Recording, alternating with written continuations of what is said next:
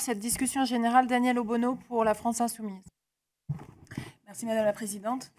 Nous étions farouchement opposés à ce texte lorsqu'il est passé en première lecture à l'Assemblée nationale. Nous restons farouchement opposés à ce texte après le passage au Sénat et l'échec de la CMP. Non seulement parce que, cela a été dit, le Sénat a considérablement durci des mesures déjà dans le texte, malgré quelques exceptions que nous défendrons, mais la pente, et comme nous le disions déjà lors des premiers débats, la pente était déjà prise et la suppression que nous défendrons de ces ajouts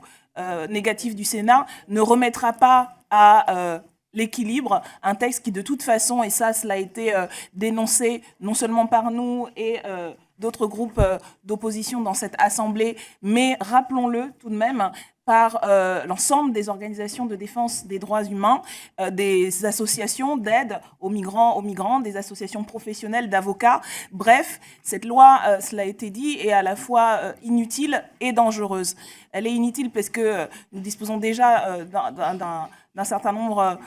de dispositifs sur le droit des étrangers. Elle est inutile parce qu'elle ne répond pas aux situations de précarité, de vulnérabilité, de danger dans laquelle se trouvent aujourd'hui les migrants qui sont arrivés en France. Récemment, c'est dans le nord de Paris, à Porte de la Chapelle, où une évacuation avait été faite, où des évacuations sont faites très régulièrement, et où les migrants et les migrantes qui n'ont pas de structure d'accueil pérenne reviennent. Et là, il leur manquait des points d'eau parce que le gouvernement et les autorités avaient décidé qu'une fois évacués, ils disparaîtraient dans la nature ou ils mourraient de faim sur les trottoirs de Paris. Et il a fallu une mobilisation à nouveau d'associations, de collectifs d'habitants que je tiens à saluer à nouveau pour que des points d'eau soient remis pour permettre que des gens ne meurent pas de soif en plein été à Paris. Voilà la réalité, et à cette réalité, votre loi et vos dispositifs, même délestés des durcissements du Sénat, ne répond absolument pas et ne fait qu'empirer la situation. Et elle est inutile, comme je l'ai dit, elle est également dangereuse. Cela a été énoncé non seulement parce qu'elle a légitimé tout le discours de l'extrême droite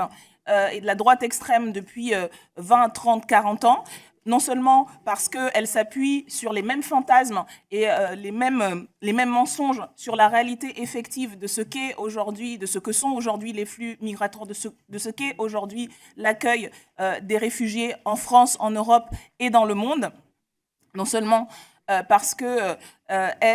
crée un climat de tension et de désigner, encore une fois, les personnes migrantes qui ont besoin de protection, les réfugiés, comme les problèmes et comme la source de difficultés vis-à-vis de nos concitoyens et concitoyennes. Et enfin, parce qu'au niveau international, au niveau européen, on l'a vu, les résultats du dernier Conseil européen l'ont montré, elle s'inscrit, malgré toutes les dénégations du gouvernement et de la majorité, elle s'inscrit dans le durcissement qui se passe en Europe. Elle empêche toute